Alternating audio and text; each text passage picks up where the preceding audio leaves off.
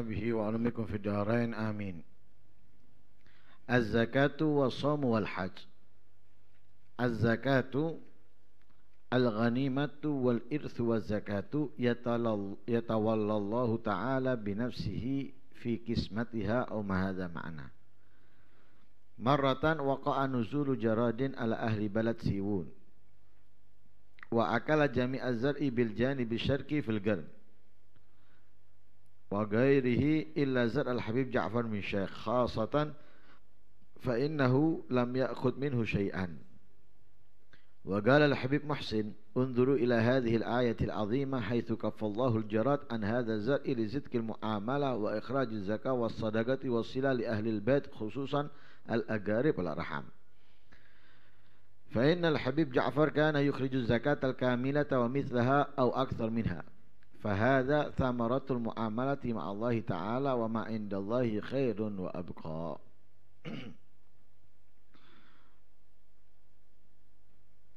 Kali ini membahas tentang zakat, puasa, dan haji.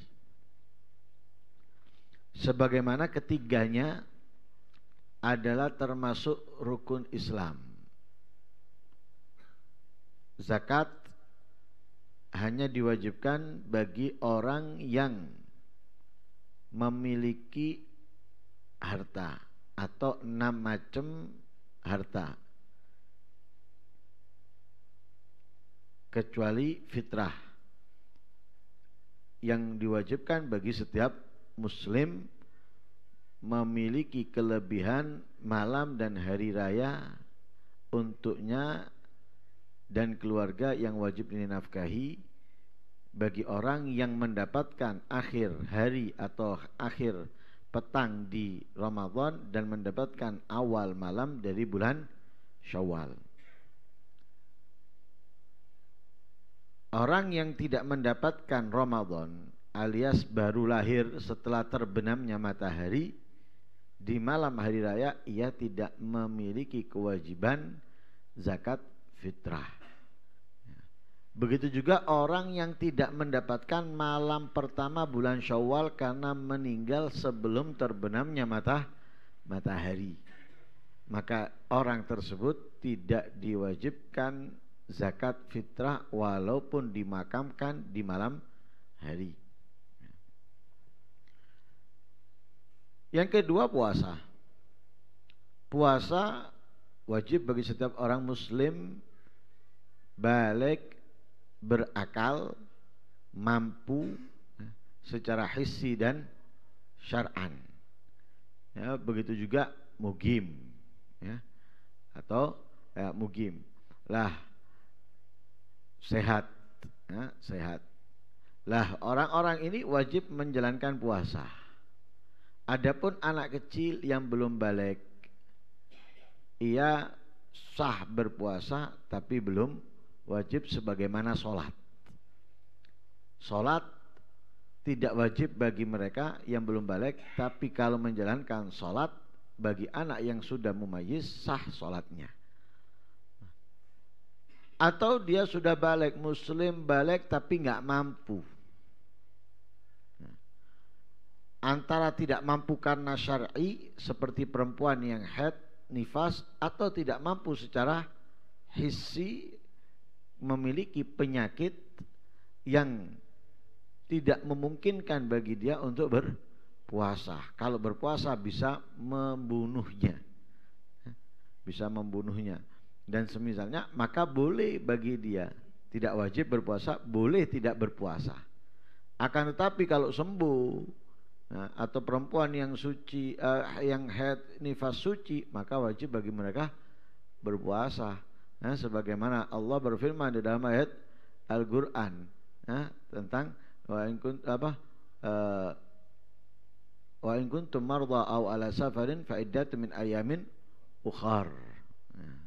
Jadi kalau sakit atau bepergian nggak wajib bagi mereka berpuasa dengan syarat-syarat ketentuan yang ada, tapi memiliki kewajiban mengganti pada hari-hari lainnya. Kemudian yang ketiga, haji.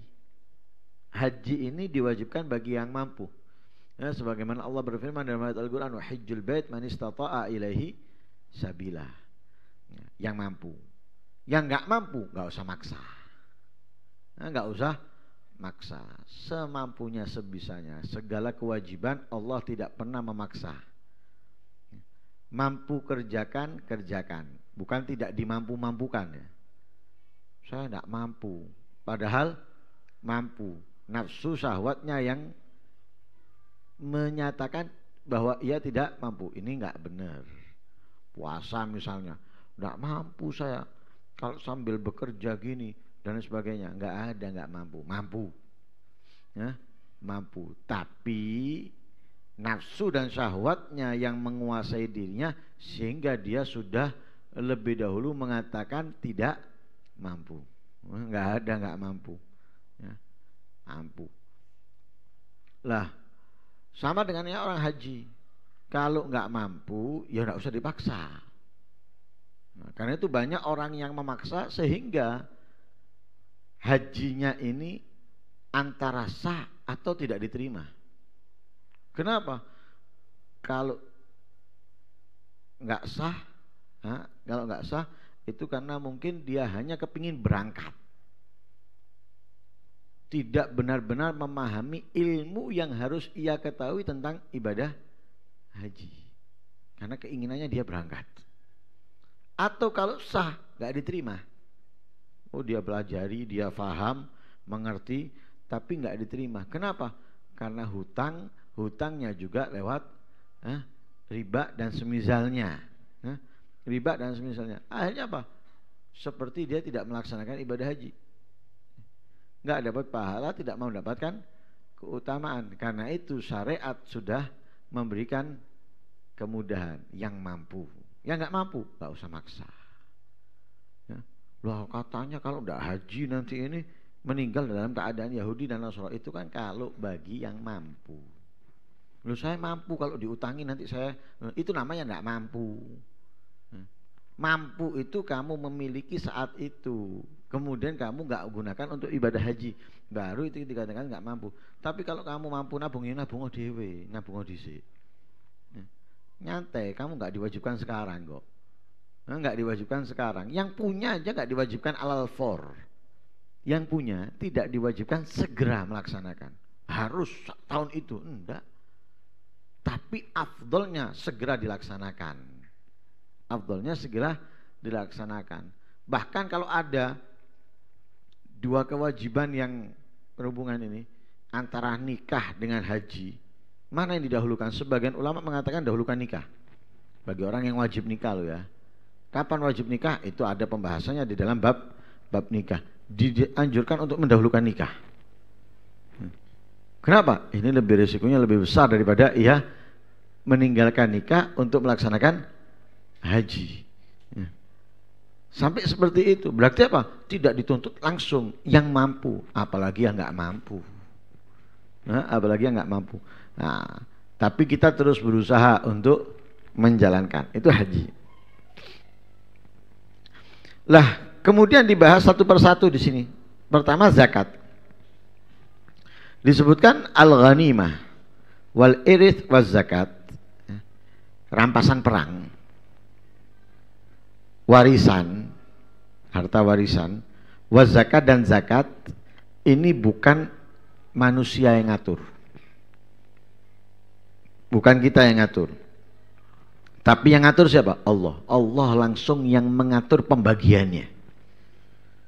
Jadi bukan dari kita. Kalau upah gajinya karyawan kita yang ngatur. Fulan dapat sekian, yang ini dapat sekian, itu kita yang ngatur. Sedekah kita yang ngatur. Saya mau ngasih masjid ini sekian, saya ngasih musola ini sekian, saya ngasih fuqara wal masakin ini sekian, itu kita yang ngatur. Tapi kalau tiga ini bukan kita, sudah ditentukan oleh Allah. Ghanimah, rampasan perang, nih bagi orang yang berkuda atau berkendara seperti kuda, keledai dan sebagainya, pembagiannya sekian. Nah, yang enggak berkendara jalan sekian. Kemudian yang nggak ikut, yang tinggal dapat sekian. Ini sudah yang ngatur pembagiannya Allah. Nggak bisa kemudian yang ikut perang, enak sing ndak melu entuk, ndak bisa. Jangan dikasih. Kita ikut taruhannya nyawa, kita yang lecet yang nggak ikut nggak dapat. Kamu nggak ada hak untuk ngatur ini. Sudah diatur sama Allah. Sudah diatur sama Allah. Yang nggak ikut pun sudah dibagi oleh Allah dengan pembagian yang jelas sudah. Jadi nggak ada protes. Itu kan logikanya kita, tamaknya kita, rakusnya kita. Kita nggak mau ngasih yang nggak ikut, padahal Allah sudah menentukan bagi yang nggak ikut. Yang kedua juga warisan. Warisan. Laki dapat sekian, perempuan dapat sekian. Kalau nggak punya anak laki, punya anak perempuan nanti saudaranya mayit dapat dan lain sebagainya. Itu sudah diatur. Mau saudaranya itu dolim kepada dia, nggak nyapa, nggak ini, tapi kalau mati kemudian dia ada hak warisan. Enggak, ibu loro nggak tahu diparani, mati njok warisani, nggak bisa. Ini sudah diatur sama Allah. Sudah ada pembagiannya itu. Kalau punya anak laki, perempuan berarti laki sekian, perempuan sekian. Kalau nggak punya anak laki, maka punya anak perempuan tok mayit, kalau meninggal berarti saudaranya mayit tadi itu bisa mendapatkan pembagian daripada warisan walaupun sepanjang hidupnya tidak pernah kontak. Nah, kalau kehidupan nyatanya kan, waduh nggak ganti blas sampai ibuku ini itu dan lain sebagainya, atau nggak ganti sama sekali sama ayahku. Oh, mati ini ya warisani, enak, enggak ada sudah. Ini yang ngatur Allah sudah. Dapatnya berapa, untuk ini sekian, untuk itu sekian, ini bukan kita, sudah Allah Subhanahu wa taala. Enggak bisa harus sama antara laki dan perempuan, enggak bisa. Tidak bisa sama sekali. Dibagi rata biar adil. Pembagiannya Allah lebih adil dari pembagian kita. Enggak bisa disamakan laki dengan perempuan, enggak bisa disamakan.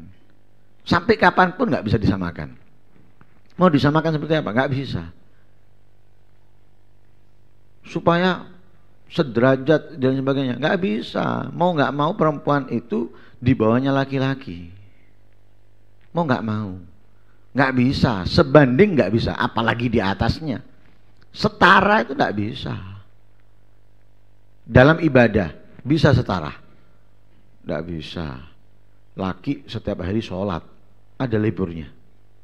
Nggak ada. Ramadan setiap hari puasa, nggak ada liburnya. Perempuan sholatnya ada liburnya, puasanya ada liburnya, dan yang lain sebagainya. Mau disamakan gimana?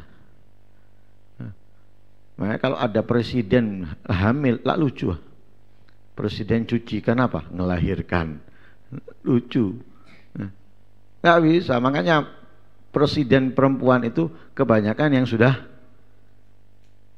nggak hamil lagi, nggak lucu, dan yang lain sebagainya. Lah, karena itu nggak bisa disetarakan, nggak bisa disamakan. Apalagi Allah sudah menegaskan dalam ayat Al-Quran, ar-rijalu gawwamuna 'alan nisa'i bima faddalallahu ba'dahum 'ala ba'd. Jadi sudah ada kelebihan masing-masing, punya kelebihan masing-masing. Perempuan punya kelebihan, laki-laki punya kelebihan. Lah, kelebihan dalam kehidupan ini laki-laki lebih unggul daripada perempuan. Yang wajib ngasih nafkah siapa? Laki. Bukan perempuan yang ngasih nafkah, laki-laki yang ngasih nafkah. Karena itu keliru kalau ada orang laki-laki dekem ono oma, yang kerja yang perempuan. Keliru, salah. Kalau sudah seperti itu, ya lihatanlah. Kalau sudah seperti itu, lihatan.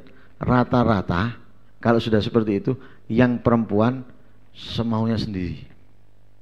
Yang laki nasihati, diwali. Aku ndak kerja, urip toko aku, menengoh. Bodoh. Rata-rata itu. Makanya katanya Rasulullah, lan yufliha qaumun wallau amrohum imro'atan. Tidak akan pernah beruntung, tidak akan pernah berhasil kalau yang ngurus suatu urusan, ya, yang mengetuai, yang ngepalai itu perempuan. Nggak akan. Ya. Rumah tangga dikepalai perempuan, nggak berhasil. Nah, kalau ada kepalanya loh ya, ada lakinya, dikepalai perempuan, nggak berhasil. Kalau nggak ada lakinya, beda lagi nanti itu. ngelihat perempuannya. Kalau solihah, insya Allah bisa berhasil. Kalau enggak, ya nggak bisa berhasil. Nah, karena itu pembagian warisan ini sudah diatur oleh Allah, nggak bisa disamakan antara laki dengan perempuan. Yang ketiga, zakat. Zakat juga gitu. Zakat perhiasan emas dan perak sudah diatur, harus mengeluarkannya sekian. Kemudian tijaro, dagang dan lain sebagainya sudah diatur oleh Allah. Jadi bukan kita yang ngatur. Bukan kita yang ngatur, tapi sudah diatur oleh Allah. Karena itu kita mengeluarkan sesuai aturannya Allah Subhanahu wa ta'ala. Oh, kita punya kambing sekian. Berapa yang kita keluarkan dari kambing yang kita miliki ini? Sudah diatur sama Allah. Sekian yang harus kamu keluarkan. Kita punya onta sekian. Berapa yang harus kamu keluarkan? Ini sudah diatur oleh Allah Subhanahu wa ta'ala. Ya, Allah langsung yang menentukan. Lah, fungsinya zakat dan kebaikan-kebaikan yang lainnya itu ada kemanfaatan selain pahala yang kembali kepada kita. Ya, selain pahala. Ya, karena itu diceritakan pernah pada suatu ketika di Sewun, ya, itu banyak belalang, ya, belalang dan semisalnya yang merusak tanaman, ya, yang merusak tanaman, entah itu padi, jagung dan semisalnya, gandum dan sebagainya, ini rusak. Di daerah Geren, ya, di daerah Geren. Lah, semua tanaman rata-rata di tempat itu, di daerah itu hancur sudah. Bisa dikatakan gagal panen karena serangan serangga. Diserang serangga sehingga gagal panen. Kecuali satu tanaman, satu ladang sawah yang aman dari serangan serangga ini. Padahal serangganya bukan sedikit, banyak. Tanaman atau sawahnya, ladangnya banyak, semuanya habis, semuanya hancur, gagal panen kecuali satu sawah, satu tempat yang aman, yaitu tempatnya Habib Ja'far bin Syekh. Ya, tempatnya Habib Ja'far bin Syekh. Enggak dimakan serangga sedikit pun, tidak diserang serangga sama sekali. Katanya Habib Muhsin bin Alwi, berkata kepada orang-orang yang ada di sekitar situ, perhatikan coba tanda kebesaran Allah Subhanahu wa ta'ala, tanda agungnya kebesaran Allah. Coba perhatikan ini, bagaimana Allah Subhanahu wa ta'ala menghancurkan semua ladang sawah yang ada kecuali satu ladang sawah ini. Logikanya nggak mungkin. Masa belalang tadi itu milih-milih? Ya kan, nggak, di mana sawah, di mana ladang akan diserang. Ini subhanallah. Hanya sekitarnya semuanya dilakukan kecuali ini. Lihat, perhatikan katanya. Lihat. Lah, kenapa kok dihindarkan ini ladangnya ini, sawahnya ini dari serangga yang dapat menghancurkan, membinasakan? Nah, karena apa? Sidqil muamalah. Di antaranya yang pertama, sidqil muamalah, kejujuran muamalah.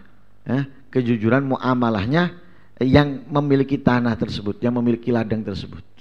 Nah, wa ikhrajiz zakah. Kemudian yang punya ladang ini sesuai di dalam mengeluarkan zakat. Wasodako, rajin bersedekah. Wasila li ahlil bait, nyambung kerabat, nyambung kerabat.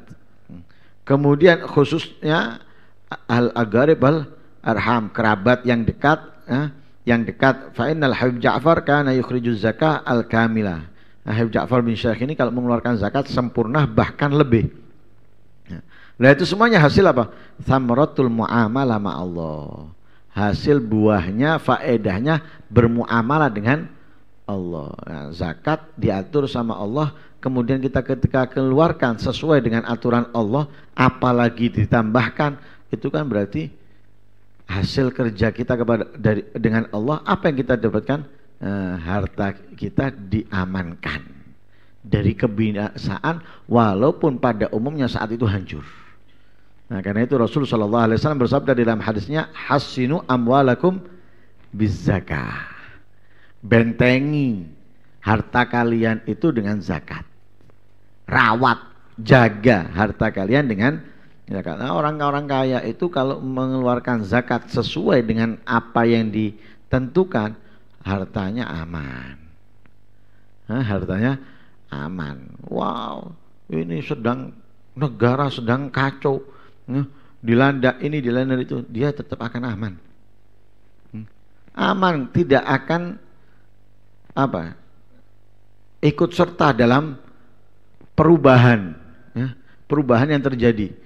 Ekonomi yang terjadi tidak akan berubah. Kenapa? Dia mengeluarkan sesuai.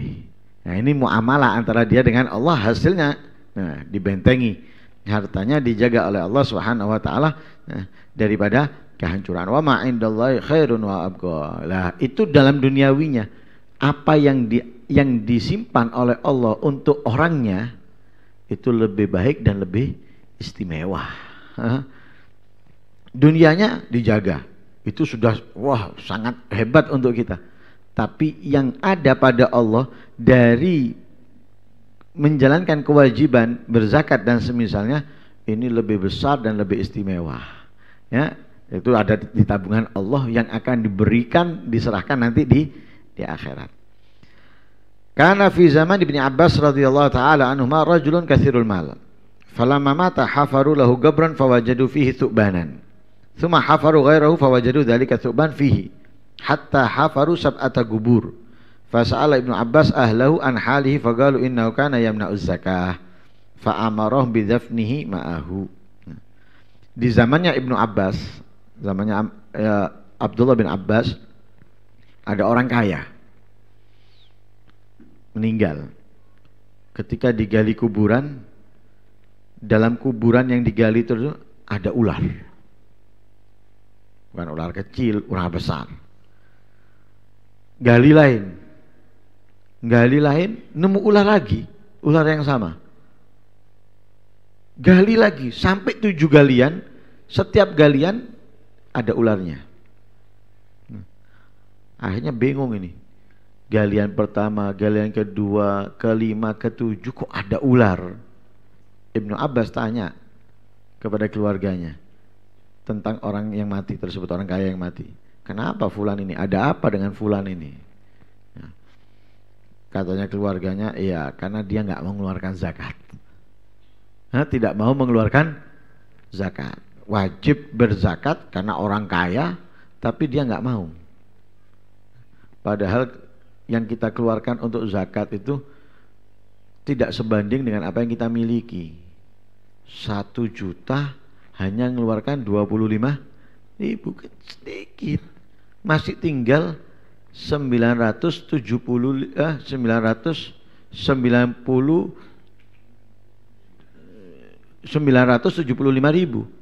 ya, 975.000 masih banyak. Yang dikeluarkan sedikit, tapi orang ini nggak mau. Yang sedikit dikeluarkan tadi itu untuk keadaan kewajibannya, untuk membersihkan hartanya, ya, untuk membentengi hartanya, nggak mau. Jadi dia nggak mau mengeluarkan zakat. Ya. Akhirnya karena saya kalau gitu makamkan bersama ular ini wis. Sepandemen ini wis. Sudah suruh masukkan dikubur bersama ular tadi itu. Ya sudah dilahap sama ular. Ya, naudzubillah min. Nah, karena itu apa yang diwajibkan oleh Allah kepada kita itu semuanya manfaatnya, faedahnya kembali kepada kita di dunia sebelum di barzah dan di akhirat. Ya, wallahu a'lam.